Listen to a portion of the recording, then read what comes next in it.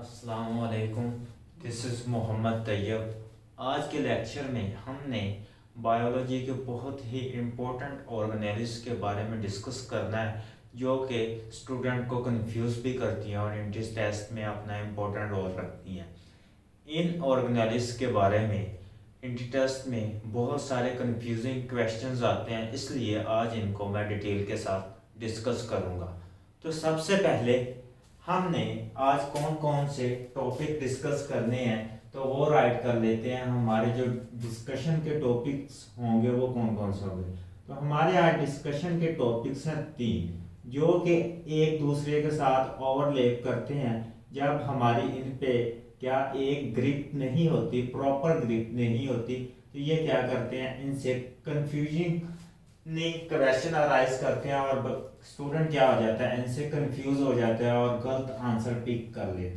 तो ये 3 टॉपिक कौन से हैं, एक तो आपके चैप्टर में इंक्लूड भी है, वो दूसरा आपने 9th में भी पढ़े हुए हैं, और हम इनको 1 बाय 1 आज डिस्कस भी करेंगे। तो सबसे पहले ये डिस्कस करते हैं आपके पास सेंट्रियोल को। किसको? सेंट्रियोल क्या होता है हमारे पास, हमने इसको भी डिटेल के साथ डिस्कस करना है, सेंट्रियोल। अब दूसरा हमारे पास ये डिस्कस करता है सेंट्रोसोम को। ये सेंट्रोसोम कौन सी ऑर्गेनेली होती है और इसका फंक्शन क्या होता है सेल में, हमने इसको भी डिस्कस करना है इसमें, इस लेक्चर में। और तीसरा इसके साथ जो रिलेटेड टर्म है हमारे पास है वो है सेंट्रोमियर। वो क्या है? सेंट्रोमियर। ये 3 टर्मिनोलॉजीज हमने 9th में भी पढ़ी हैं और हमने एफएससी में भी डील करना है। अब इन 3 टर्मिनोलॉजीज को वो यूटिलाइज करता है और क्या करता है, स्टूडेंट को कंफ्यूज करने की कोशिश करता है। तो आज हम 1 बाय 1 इन तीनों टर्मिनोलॉजीज पे ग्रिप करने की कोशिश करेंगे और इंशाल्लाह हम इनके कंसेप्ट को क्लियर करेंगे। सबसे पहले हम चूज करते हैं, हमारे पास है सेंट्रोसोम। क्या है?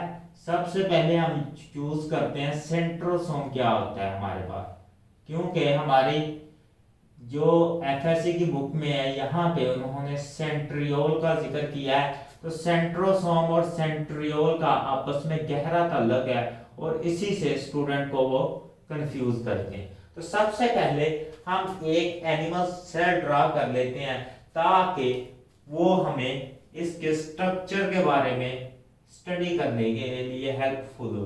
तो हमने एक सेल ड्रा कर लिया। ये हमारे पास एक सेल है और सेल हमें पता है किससे बॉन्डेड होता है, प्लाज्मा मेम्ब्रेन से, यानी कि फॉस्फोबाइलिपिड की लेयर होती है। ये भी इंट्रोडक्स में आ जाता है। कौन सा लिपिड पाया जाता है प्लाज्मा मेम्ब्रेन में, तो हमारे पास जो प्लाज्मा मेम्ब्रेन में है वो लिपिड पाया जाता है हमारे पास फास्फोलिपिड। और फास्फोलिपिड की कौन सी लेयर होती है? बाई लेयर होती है, यानी कि हमारे पास सेल मेम्ब्रेन में 2 फास्फोलिपिड की लेयर्स होती है। उसके बाद ये हमारे पास क्या है, एक सेंट्रल रीजन होता है न्यूक्लियस में। क्या होता है? सेंट्रल रीजन होता है, जिसे हमने क्या कहा था, न्यूक्लियस का नाम दिया था। जिसे हमने किसका नाम दिया था? न्यूक्लियस का। और इसमें क्या होता है, हमारे पास डीएनए स्टोर होता है। क्या होता है? डीएनए स्टोर होता है, यानी कि ये storage house of genetic information है। और नेक्स्ट हमने क्या कहा था, हमारे पास न्यूक्लियर इनवेल्व और हमारे पास प्लाज्मा मेम्ब्रेन के दरमियान क्या होता है, फ्लूइड होता है। जो फ्लूइड और क्या होती है, मेम्ब्रेन बॉन्डेड ऑर्गेनेलीज होती हैं। और मेम्ब्रेन बॉन्डेड ऑर्गेनेलीज और को हमने साइटोमेम्ब्रेन सिस्टम भी कहा था, जो कि एक फंक्शन परफॉर्म करती हैं सेल्स में डिफरेंट काइंड्स के। तो हमने फ्लूइड को कहा था साइटोसोल और इसको क्या कहा था, ऑर्गेनेलीज को साइटोमेम्ब्रेन सिस्टम। तो और साइटोमेम्ब्रेन सिस्टम और साइटोसोल को हमने कलेक्टिवली क्या कहा था, साइटोप्लाज्म। साइटोप्लाज्म, ठीक है। ये हमारा हो गया सेल का प्लाज्मा। अब हमने जो डिस्कस करना है वो सबसे पहले करना है सेंट्रोसोम को। तो हमारे न्यूक्लियस के पास क्या है, हमारा जो एनिमल का सेल है, हमारा क्या है, यूकैरियोटिक सेल है। और यूकैरियोटिक सेल में जो वो डिस्कस करता है हमारे पास क्या है, एनिमल का सेल है और एनिमल के सेल में क्या है हमारे पास न्यूक्लियस है और न्यूक्लियस है और इसमें क्या है एक रीजन है स्पेसिफिक। अब ये रीजन कहाँ पाया जाता है, नियर टू न्यूक्लियस। क्या है, नियर टू न्यूक्लियस एक रीजन होता है जिसे वो क्या कहता है, नाम देता है सेंट्रोसोम का। किसका नाम देता है, सेंट्रोसोम का, सेंट्रोसोम। अब ये सेंट्रोसोम क्या है, न्यूक्लियस के नियर रीजन है और इसका फंक्शन क्या है, ये है हमारे पास organising centre of, organising centre of, centre of cell division. Mean के हमारे पास जब एक पेरेंटल सेल से, क्या हमारे पास एक पेरेंटल सेल है, ठीक है, जो हैप्लॉइड है, अगर माइटोसिस होनी है तो हमारे पास क्या है एक सेल डिवीजन की टाइप है, सेल डिवीजन होनी है और उसके बाद क्या है सेल डिवीजन होनी है और हमारे पास क्या बनने, दो डॉटर सेल बननी है। हमारे पास क्या बनने हैं, टू डॉटर सेल्स। ये कौन सी डिवीजन हुई है, अगर दोनों में जेनेटिक मेकअप सेम है तो हमारे पास ये माइटोसिस हुई है। कौन सी हुई है डिवीजन, माइटोसिस। अब इनका जेनेटिक मटेरियल सेम है, ये हमारे पास पेरेंटल सेल था और पेरेंटल सेल से क्या हमारे पास दो डॉटर सेल्स बने और ये दो डॉटर सेल्स किस प्रोसेस के थ्रू बने, एक प्रोसेस था जिसे हमने सेल साइकिल का नाम दिया था, उस प्रोसेस के थ्रू बने। अब ये दो डॉटर सेल्स में जेनेटिक मटेरियल होता है 2L। इनकी जो सेपरेशन है, मीन के हमारे पास एक जब भी पेरेंटल सेल बनता है तो इसमें क्या होता है, जेनेटिक मटेरियल की क्या होती है, रेप्लिकेशन होती है और जेनेटिक मटेरियल हमारे पास क्या होता है, डबल अमाउंट में हो जाता है और डबल अमाउंट में होने के बाद क्या है, दोबारा ये डॉटर सेल्स में डिवाइड होता है और डॉटर सेल्स में किस तरह डिवाइड होता है, वो जेनेटिक मटेरियल की जो हमारे पास, ठीक है, जो कि इन दो सेल्स को डिवाइड कर रही है, उनको ऑर्गेनाइज करना, मीन के जेनेटिक मटेरियल की इक्वल कंट्रीब्यूशन हो, यानी कि इक्वल डिस्ट्रीब्यूशन हो, तो वो किसका फंक्शन है, इस रीजन का फंक्शन है। ये रीजन अपना फंक्शन परफॉर्म करता है और क्या करता है, हमारे पास ये ऑर्गेनाइज करता है किसको, हमारे पास सेल डिवीजन को ऑर्गेनाइज करता है। किस तरह, पेरेंटल सेल्स से क्या न्यू डॉटर सेल्स बनते हैं।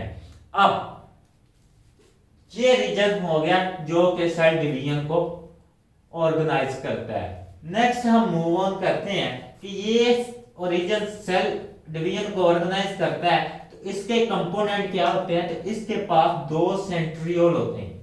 अब क्या है, सेंट्रियोल हम डिस्कस कर लेते हैं कि सेंट्रियोल क्या होता है।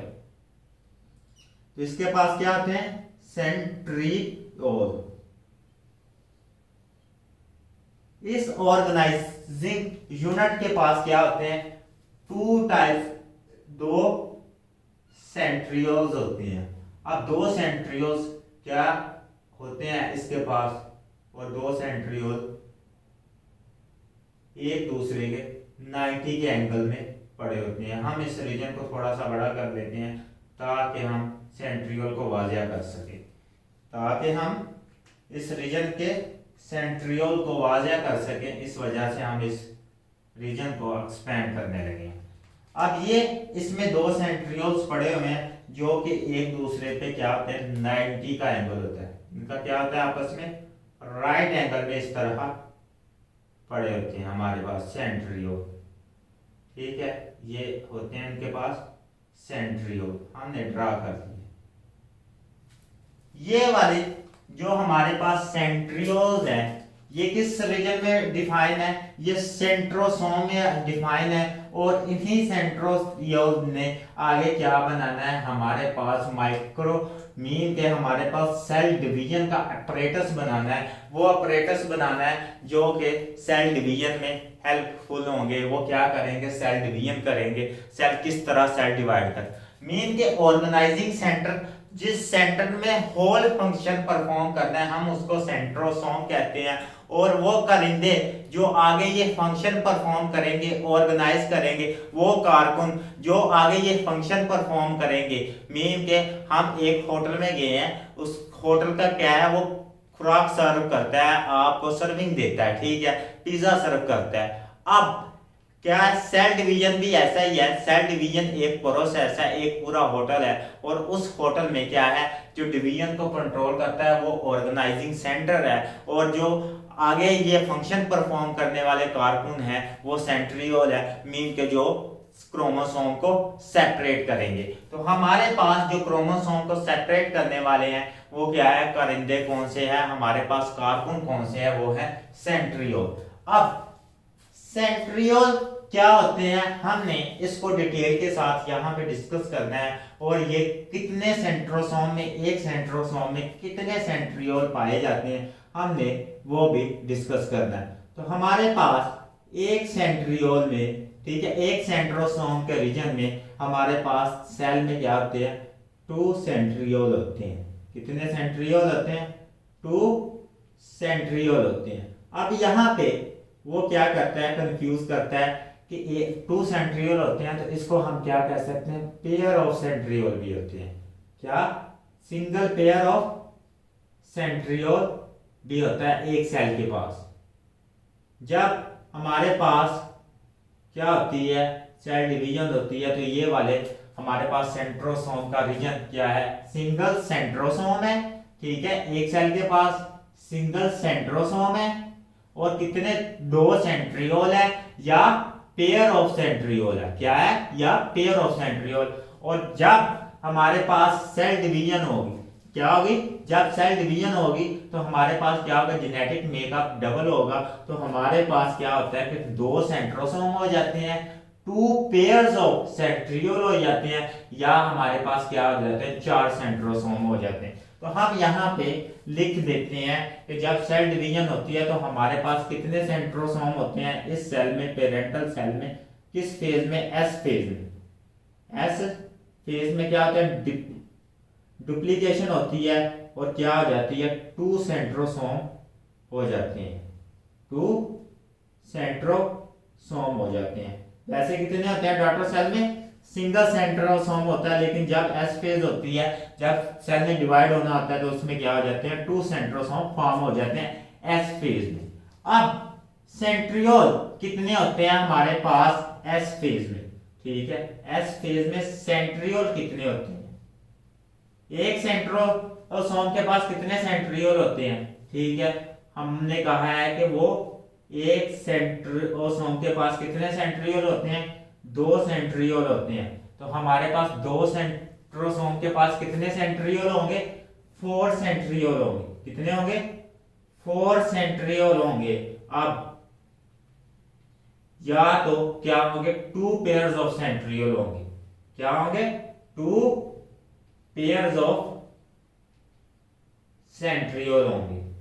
अब ये कंफ्यूज इसी तरह करता है, या क्या करेगा कि हमारे पास डॉटर सेल्स में कितने सेंट्रियोल, ये हमारे पास क्या है, पेरेंटल सेल। अब जब इससे दोबारा डॉटर सेल बनेगा तो उसके पास क्या होंगे, या तो डॉटर सेल के पास क्या होंगे, इस कंसेप्ट को जेहन नशीन कर लें, डॉटर सेल्स के पास क्या होंगे, या तो कितने होंगे, 2 सेंट्रियोल होंगे, या पेयर ऑफ सेंट्रियोल होगा, क्या होगा, या 2 सेंट्रियोल होंगे, या तो पेयर ऑफ सेंट्रियोल होगा, यानी कि सिंगल सेंट्रोसोम सेंट्रियोल। ये मैंने राइट कर दिया ताकि आप ये टेस्ट में इस कंफ्यूजन से बाहर आ जाएं। अब हमने स्ट्रक्चर डिस्कस करना है, हमारे पास जो सेंट्रियोल का स्ट्रक्चर है वो क्या होता है, और इसका जो फंक्शन है वो क्या होता है, ताकि हम इसको डिटेल के साथ स्टडी कर सके। तो सबसे पहले हम सेंट्रियोल के स्ट्रक्चर पे आते हैं, और स्ट्रक्चर में क्या हम डिस्कस करते होते हैं, इसकी मॉर्फोलॉजी को डिस्कस करते होते हैं, इसकी कंपोजिशन को डिस्कस कर लेते हैं, और इसके अलावा क्या है, ये स्ट्रक्चर डिस्कस करने के बाद हम क्या करते हैं, इसके फंक्शन को डिस्कस करते हैं, और इसको क्या करते हैं, डिस्क्राइब करते हैं। तो सबसे पहले हमने इसके जो स्ट्रक्चर को है वो डिस्कस करते हैं। हमने कहा सेंट्रोसोम क्या है, ऑर्गेनाइजिंग सेंटर है किसका, सेल डिवीजन का। अब सेंट्रियोल क्या है हमारे पास, सेंट्रियोल हमारे पास सबसे पहले इसकी डेफिनेशन कर लेते हैं, ठीक है। डेफिनेशन क्या है सेंट्रियोल की, वो ऑर्गेनाइजिंग सेंटर हो गया, किससे मिलकर बनता है, सेंट्रियोल से। और हमारे पास सेंट्रियोल की क्या डेफिनेशन है, ये हमारे पास है 9, ठीक है, 9 ट्रिपलेट, क्या यहां पे लिखने लगा 9 ट्रिपलेट माइक्रोट्यूब्यूल्स, माइक्रोट्यूब्यूल्स, ठीक है। ईच सेंट्रियोल, ठीक, एक सिंगल सेंट्रियोल, ये कितने हैं, पेयर ऑफ सेंट्रियोल। तो हमारे पास जो सिंगल सेंट्रियोल है, ठीक है, सिंगल जो सेंट्रियोल है वो किस पे कंसिस्ट करता है, 9 ट्रिपलेट माइक्रोट्यूब्यूल्स। तो हमारे पास ये याद रखिएगा, एक सेंट्रियोल का हमने स्ट्रक्चर डिस्कस कर लिया, तो दूसरे सेंट्रियोल का भी जैसा स्ट्रक्चर होता है। तो हमारे पास एक सेंट्रियोल क्या है, ग्रुप ऑफ 9 ट्रिपलेट माइक्रोट्यूब्यूल्स। तो अब हम इसका स्ट्रक्चर ड्रा कर लेते हैं ताकि हम इसको एक्सप्लेन कर लेंगे। तो ये हमारे पास एक सर्कल है, तो ये क्या है, सर्कल की फॉर्म में अरेंज होते हैं। अब इसके पास हमने क्या कहा है कि ट्रिपलेट ऑफ 9 माइक्रोट्यूब्यूल्स, तो हम क्या करते हैं, ट्रिपलेट ग्रुप ड्रा करते हैं। ये 1 2 3 माइक्रोट्यूब्यूल्स, 1 2 3, 1 2 3 माइक्रोट्यूब्यूल्स ट्रिपलेट है, देखें 1 2 3, 1 2 3। अब हमें पता है कि माइक्रोट्यूब्यूल्स किससे मिलकर बनती हैं, ट्यूबुलर प्रोटीन से। 2 3, ये कितने हो चुके हैं, टोटल 6 हो चुके हैं, 9 है, 1 2 3, 1 2 3 ट्यूबुलर प्रोटीन और 1 2 3। अब क्या है, ये हमारे पास क्या है, 3 ट्यूबुलिन प्रोटीन है, कितनी है, 3 ट्रिपलेट। मैं पहले इसको स्ट्रक्चर को ड्रा कर लेता हूं ताकि आपको तफसील के साथ इसको डिटेल के साथ बताऊंगा। ये हमारे पास इस तरह अरेंज होते हैं।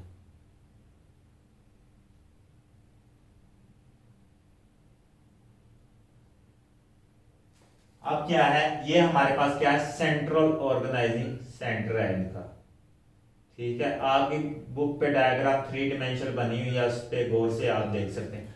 अब हमारे पास क्या है, 3 क्या है, एक माइक्रोट्यूब्यूल्स, एक क्या होता है, ट्रिपलेट है माइक्रोट्यूब्यूल्स। एक रीजन में क्या है, 3 हमारे पास माइक्रोट्यूब्यूल्स क्या होती हैं, इस तरह प्रेजेंट होती हैं, ठीक, 1 2 और 3। मैं इस रीजन को क्या करने लगा, यहां पे बड़ा करके आपको शो करने लगा हूं। इस रीजन को क्या करने लगा, यहां पे थोड़ा सा एक्सपेंड करके शो करने लगा हूं। अब हमारे पास ये वाला रीजन है और क्या है, हमारे पास 3 माइक्रोट्यूब्यूल्स इस तरह अरेंज होती हैं, क्या होती हैं, इस तरह 3 माइक्रोट्यूब्यूल्स रेंज होती हैं पैरेलल एक दूसरे की। तो ये वाला ट्रिपलेट, ठीक है, ट्रिपलेट के कितने मजमूए हैं, हमारे पास 9 मजमूए हैं। तो मीन के हमारे पास 9 मल्टीप्लाई बाय 3, 9 मल्टीप्लाई बाय 3, तो टोटल हमारे पास कितनी माइक्रोट्यूब्यूल होती हैं एक सेंट्रियोल में, 27। और हमारे पास 2 सेंट्रियोल में कितनी होंगी, ठीक है, 2 सेंट्रियोल में कितनी माइक्रोट्यूब्यूल होंगी, तो 27 मल्टीप्लाई बाय 2, तो हमारे पास कितनी आएंगी, जाएंगी 54 माइक्रोट्यूब्यूल्स 2 सेंट्रियोल में होती हैं। और इसी तरह 4 सेंट्रियोल में कितनी होंगी, वो भी क्या आप निकाल सकते हैं, 108। तो ये वाली माइक्रोट्यूब्यूल्स क्या करती हैं, इनका फंक्शन क्या है, अब हम उसको डिस्कस कर लेते हैं। ये हमने क्या कहा कि ये ट्रिपलेट है हमारे पास, क्या है, ट्रिपलेट है। और कितनी ट्रिपलेट है, 9 ट्रिपलेट है माइक्रोट्यूब्यूल्स की। और क्या अरेंज होती हैं, एक सेंट्रियोल में, और दोनों सेंट्रियोल क्या है, न्यूक्लियस के नियर पाई जाती हैं। वो रीजन को हमने क्या कहा है, सेंट्रोसोम। और इसका फंक्शन क्या है, ये सेल डिवीजन में क्या करता है, उसको ऑर्गेनाइज करता है, उसको डील करता है। अब ये वाली माइक्रोट्यूब्यूल्स, ये वाली जो सेंट्रियोल है, ये क्या करता है फंक्शन, ऐसे का रिश्ते प्रोड्यूस करता है जो कि हमारे पास सेल डिवीजन को कंट्रोल करते हैं। ये रीजन का नाम हो गया हमारे पास सेंट्रोसोम। और हमने इस इन ट्यूब्यूल्स को क्या नाम दिया, हमारे पास है सेंट्रियोल। क्या है, ट्रिपलेट, ठीक है, 9 ट्रिपलेट माइक्रोट्यूब्यूल, हमने इसको नाम क्या दिया है, सेंट्रियोल का। और इस रीजन को क्या नाम दिया, सेंट्रोसोम का। अब इसके फंक्शन को हमने डिस्कस करना है। ये हमारे पास क्या है, माइक्रोट्यूब्यूल्स, और कितनी है, ये ट्रिपलेट है, ट्रिपलेट। और होल स्ट्रक्चर में कितनी पाई जा रही है हमारे पास, होल स्ट्रक्चर में कितनी पाई जा रही है, 9 ट्रिपलेट।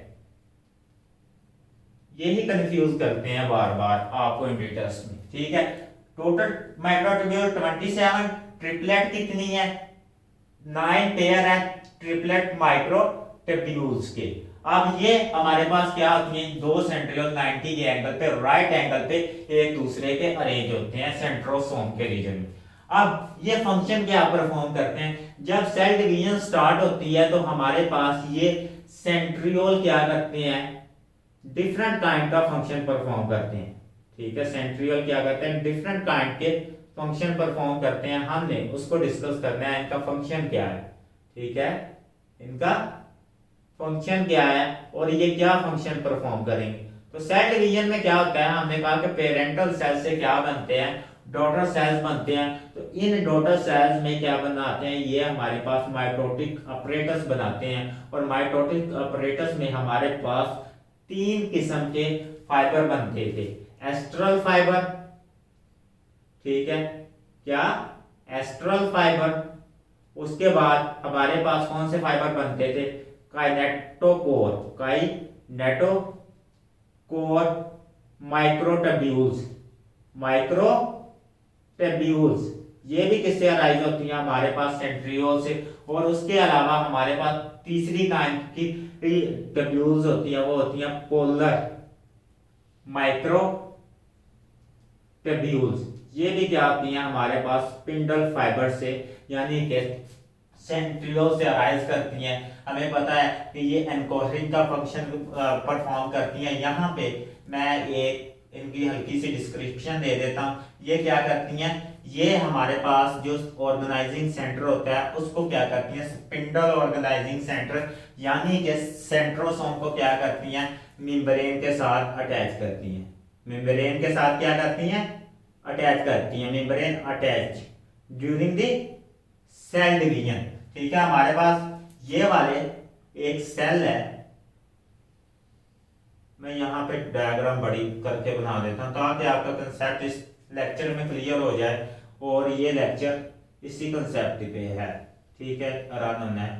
तो अब ये हमारे पास क्या है, एक सेल है और उसमें क्या है, हमारे पास क्रोमोसोम ऑर्गेनाइज है। क्या है, क्रोमोसोम ऑर्गेनाइज है, किसमें, मेटाफेज में, किस पे। अब हमारे पास क्या होता है, एक सेंट्रोसोम इधर होता है, पेयर ऑफ सेंट्रियोल। और ये क्या करता है, हमारे पास माइटोटिक अपरेटस, दूसरा पेयर ऑफ सेंट्रियोल यानी कि सिंगल सेंट्रोसोम इधर होता है। अब ये क्या करते हैं, हमारे पास बनाते हैं 3 किस्म के जो फाइबर बनाते हैं। सबसे पहले हम करते हैं काइनेटोकोर फाइबर को डिस्कस। ये होते हैं काइनेटोकोर, प्रोटीन से अटैच होते हैं जो कि सेंट्रोमियर के साथ होती है। अब ये फाइबर किससे, कहां से ओरिजिनेट हो रहे हैं, हमारे पास सेंट्रोसोम के रीजन से ओरिजिनेट हो रहे हैं, यानी कि जहां से स्पिंडल ओरिजिनेट होते हैं। और स्पिंडल कहां से ओरिजिनेट होते हैं, हमारे पास सेंट्रोसोम यानी कि सेंट्रियोल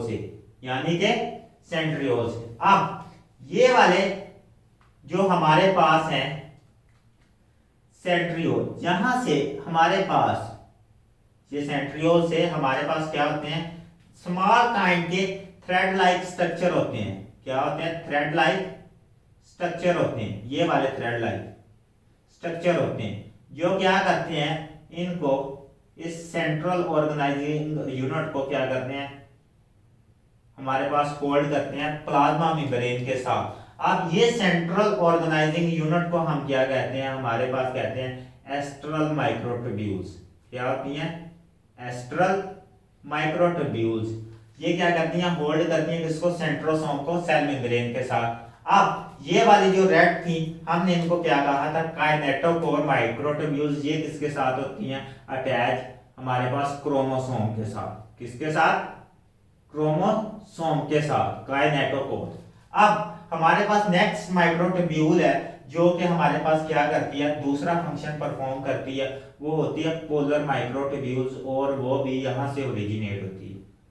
वो क्या होती है, वो क्रोमोसोम के साथ अटैच नहीं होती, ये पोलर माइक्रोट्यूब्यूल्स होती है। ठीक है, ये ब्लैक कलर में हमारे पास क्या है, पोलर माइक्रोट्यूब्यूल्स। ये क्या होती हैं, इनलोगेट होती हैं, और क्या होती हैं हमारे पास काइनेटोकोर जो फाइबर्स होते हैं वो शॉर्ट होते हैं, पोलर माइक्रोट्यूब्यूल्स इनलोगेट होती हैं, और क्या करती हैं, क्रोमोसोम पे फोर्स लगती है, और ये क्या होते हैं, पुल अपार्ट हो जाते हैं, और हमारे पास क्या चले जाते हैं एनाफेज में, यानी कि सेपरेशन ऑफ क्रोमोसोम शुरू हो जाती है। माइक्रोट्यूब्यूल्स ये सेल डिवीजन का हिस्सा है, लेकिन जो इम्पीटेंस देना चाहते हैं, जो कंसेप्ट लेना चाहते हैं, उनके लिए इंपॉर्टेंट है, क्योंकि ये माइटोटिक अपरेटस इसको कहते हैं, जिसमें क्या होती है, एस्ट्रल माइक्रोट्यूब्यूल, काइनेटोकोर माइक्रोट्यूब्यूल्स, और क्या होती हैं हमारे पास पोलर माइक्रोट्यूब्यूल्स होती हैं, और ये वाली ये फंक्शन परफॉर्म करती हैं।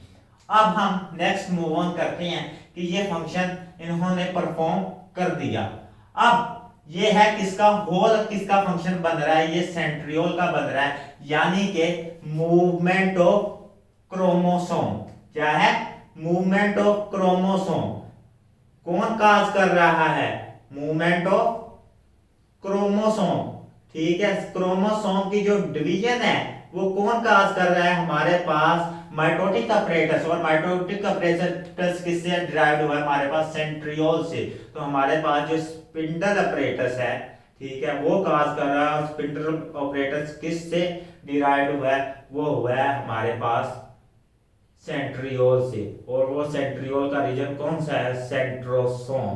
तो ये स्पिंडल अपरेटस भी बनाते हैं, और मूवमेंट ऑफ क्रोमोसोम भी काज करते हैं। उसके बाद सेंट्रियोल को एक और भी हम फंक्शन परफॉर्म करते हैं। जब सेल डिवीजन नहीं होती तो ये कुछ सेल्स में क्या करते हैं, ये सेल्स में क्या बनाते हैं, सीलिया बनाते हैं। क्या बनाते हैं? सीलिया। और उसके अलावा ये फ्लैजेला भी बनाते हैं। क्या बनाते हैं? फ्लैजेला। ये भी हमारे पास कौन बनाते हैं, ये सीलिया और फ्लैजेला हमारे पास सेंट्रियोल बनाते हैं। सीलिया और फ्लैजेला जो फॉर्मेशन होती है ये सेंट्रियोल बनाती है, और सेंट्रियोल के इस रीजन को कहते हैं बेसल बॉडी। क्या कहते हैं? Basal body. ठीक है, फॉर एग्जांपल हमारे पास ये सेल में एक फ्लैजेला बना, फ्लैजेला में जो हमारा यूकेरियोटिक सेल्स होता है उसमें माइक्रोट्यूब्यूल से बनता है। क्या बनता है? माइक्रोट्यूब्यूल से बनता है, याद रखिएगा। जबकि बैक्टीरिया में हमारे पास जो फ्लैजेला फ्लैजेलन प्रोटीन से बनता है, उनमें माइक्रोट्यूब्यूल नहीं प्रेजेंट होती, लेकिन इनमें होती हैं, ये माइक्रोट्यूब्यूल से बनता है। अब ये फ्लैजेला किससे ड्राइव होता है? इस रीजन से। इसको हम क्या कहते हैं? इसको बेसल बॉडी भी कहते हैं, जब हमारे पास क्या है, सेल नॉन डिवाइडिंग फेज में हो, बेसल बॉडी। याद रखिएगा ये वाली कंसेप्ट। अब हम नेक्स्ट मूव ऑन करते हैं सेंट्रोमियर से। हमारा जो मेजर कंसेप्ट था वो सेंट्रियोल और सेंट्रोसोम में जो तल्लक था उसको हमने क्लियर कर दिया कि सेंट्रोसोम क्या है, ऑर्गेनाइजिंग सेंटर है, और सेंट्रोसोम में क्या है, हमारे पास सेंट्रियोल्स होते हैं जो कि वो क्या है, वेटर के तौर पे काम करते हैं। और वो क्या करते हैं, हमारे पास सेंट्रोसोम का जो काम है, जो फंक्शन है, जो उसने काम लिया हुआ है सेल से, यानी कि ऑर्गेनाइजिंग करना है इसको, सेल डिवीजन को, तो वो ऑर्गेनाइज करने वाले, वो फंक्शन मैनेज करने वाले कौन से बंदे होते हैं, हमारे पास सेंट्रियोल होते हैं। नेक्स्ट है हमारे पास जो फंक्शन हमने जो डिस्कस करना था वो था सेंट्रोमीयर। इस टॉपिक के साथ इसलिए मैंने रिलेट किया है क्योंकि कुछ बच्चे जो कि वीक होते हैं उन्होंने 9th में इन बातों पे फोकस नहीं किया होता और वो जब एफएससी में आते हैं तो वो कंफ्यूज हो जाते हैं या एंटी टेस्ट की तैयारी करते हैं, तो वो इन्हीं बातों को क्लियर करते हैं। अगर अभी से आपको ये बातें क्लियर है तो आप एंटी टेस्ट में वेल परफॉर्म कर सकते हैं। तो सबसे पहले सेंट्रोमीयर होता है। जब हमारा क्या सेल रेस्ट फेज में होता है तो इसमें डीएनए क्या होता है, थ्रेड लाइक स्ट्रक्चर होता है, जिसे हमने क्या कहा था, क्रोमेटिन की फॉर्म में मौजूद होता है। लेकिन जैसे ही ये सेल डिवीजन की तैयारी करता है, जैसे ही ये सेल डिवीजन की तैयारी करता है, ये क्या करता है, अपना डीएनए रेप्लिकेट करता है और डीएनए को क्या करता है, कंडेंस करना शुरू कर देता है। और कंडेंस फॉर्म में वो जब डीएनए आता है तो वो हमारे पास क्या आता है, क्रोमोसोम की फॉर्म में, कंडेंस फॉर्म में क्या आ जाता है, डीएनए आ जाता है। और ये डीएनए क्या होता है, ये हमारे पास अरेंज होता है। अब ये कंडेंस फॉर्म में जो डीएनए है वो स्पेसिफिक अरेंजमेंट होती है। एक डीएनए जो हमारे पास रेस्ट फॉर्म में होता है उसका जो डायमीटर होता है वो होता है हमारे पास 2 नैनोमीटर ऑलमोस्ट, लेकिन जब ये कंडेंस फॉर्म में आ जाता है तो इसका डायमीटर हो जाता है 1400 नैनोमीटर। अब ये 1400 नैनोमीटर इतना कंडेंस फॉर्म में, इतनी पैकिंग हो जाती है इसकी, मीन के 700 टाइम मोर कंडेंस हो जाता है हमारे पास ये रेस्ट फॉर्म से। और क्या करता है, हमारे पास ये कंडेंस फॉर्म में आ जाए। अब इसके पास एक स्पेसिफिक रीजन होता है जिसे हम क्या कहते हैं, प्राइमरी कंस्ट्रिक्शन। मीन के ये कंस्ट्रिक्टेड होता है उस पॉइंट से, मीन के ये चिपटा हुआ होता है, वहां से थोड़ा सा फ्लैट होता है, हम उसे क्या कहते हैं, प्राइमरी कंस्ट्रिक्शन पॉइंट कहते हैं। और यहाँ पे क्या होती है, special type of DNA sequence होती है, special type of DNA sequence होती हैं, जो कि न्यूक्लियोटाइड की यहाँ पे स्पेशल टाइप्स की सीक्वेंस होती हैं। और यहाँ पे आगे अटैच होती हैं काइनेटोकोर प्रोटीन्स। क्या होती हैं, काइनेटोकोर प्रोटीन, जिनके साथ हमारे पास क्या होते हैं, काइनेटोकोर माइक्रोट्यूब्यूल्स आके अटैच होती हैं, जो कि हेल्प करती हैं क्रोमोसोम की सेपरेशन में। अब ये काइनेटोकोर प्रोटीन और इस प्राइमरी कंस्ट्रिक्शंस को हम क्या कहते हैं, सेंट्रोमियर। क्या कहते हैं, इस प्राइमरी कंस्ट्रिक्शन को क्या कहते हैं हम, सेंट्रोमियर। और सेंट्रोमियर का क्या फंक्शन है, जब डीएनए ने 2 सेल में डिवाइड होना है तो यहाँ पे काइनेटोकोर प्रोटीन्स होती हैं। और काइनेटोकोर प्रोटीन्स क्या होती हैं, वो काइनेटोकोर फाइबर के साथ फ्यूज करती हैं और क्या काज करती हैं, डीएनए की मूवमेंट कार्य करती हैं टुवर्ड्स द ऑपोजिट पोल। तो अब ये आपको क्लियर हो गया, जो सेंट्रोमियर है वो किससे मिलकर बनता है, एक तो हमारे पास स्पेशल टाइप्स का डीएनए होता है, क्या होता है, डीएनए की सीक्वेंस होती है, ठीक है। और दूसरा क्या होता है इसके पास, सीक्वेंस, ठीक है। और दूसरा इसके पास क्या होती है, काइनेटोकोर प्रोटीन होती है। और ये क्या करती है, ये माइक्रोट्यूब्यूल्स के साथ काइनेटोकोर, ठीक है, ये क्या होती है, माइक्रोट्यूब्यूल्स के साथ अटैच होती है और अपना फंक्शन परफॉर्म करती है। और ये फंक्शन क्या होता है कि ये माइक्रोट्यूब्यूल्स को अटैच करती है और क्रोमोसोम की सेपरेशन में हेल्प देती है, ठीक है। ये क्या है, क्रोमोसोम की सेपरेशन में हेल्प देती है। तो हमने ये आज सारा डिस्कस कर लिया 1 बाय 1, यानी कि सेंट्रोमियर, उसका फंक्शन, सेंट्रोसोम और उसका फंक्शन, ये हमारे पास लोकेशन को डिफाइन करते हैं। और हमने आगे नेक्स्ट सेकंड ईयर में पढ़ना है कि हम डिफरेंट काइंड के सेंट्रोमियर डिफरेंट लोकेशंस पे प्रेजेंट हो सकते हैं, क्रोमोसोम की टेल पे भी प्रेजेंट हो सकते हैं और क्रोमोसोम के सेंटर में भी, और क्या है, सब सेंटर में भी प्रेजेंट हो सकते हैं। तो उस लिहाज से हम उसको भी डिस्कस करेंगे सेकंड ईयर में। अल्लाह हाफिज, अपना ख्याल रखिएगा, नेक्स्ट लेक्चर के साथ मुलाकात होगी।